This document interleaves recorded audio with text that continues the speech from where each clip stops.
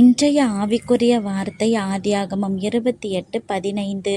நான் உன்னோடு இருந்து நீ போகிற இடத்திலெல்லாம் உன்னை காத்து இந்த தேசத்திற்கு உன்னை திரும்ப வரப்பண்ணுவேன். நான் உனக்கு சொன்னதை செய்யுமளவும் உன்னை கைவிடுவதில்லை என்றார். யாக்கோபு தன்னோட வீட்டை விட்டு ஓடிக்கொண்டிருந்தார். எதனாலனா ஏசாவுடைய கோபத்தினால உயிருக்கு பயந்து மறைவான இடத்துல தனியாக தூங்க நேர்ந்துச்சு. அப்போது ஒரு பாறையை கலனாக வச்சு தூங்கினாரு. அந்த இரவு நேரத்தில் கூட யாக்கோபுக்கு ஒரு கனவு ஏற்படுது.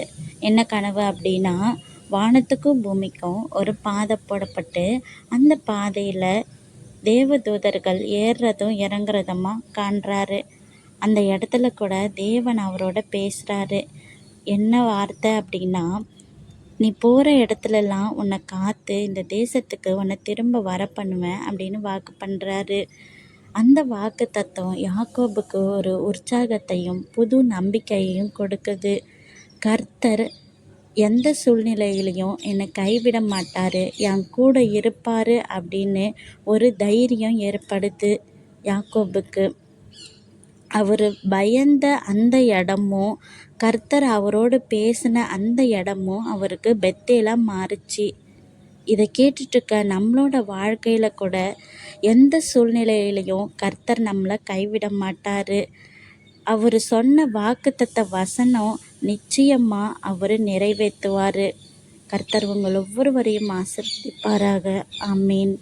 அன்பின் பரலோக பிதாவே, இந்த காலை வேளையிலும் நீர் கொடுத்த இந்த வாக்குத்தத்த வசனத்திற்காக உமக்கு நன்றி. எங்கள் வாழ்நாளில் ஒரு ஆயுசு நாளாக கூட்டி சேர்த்தீரே, உமக்கு நன்றி.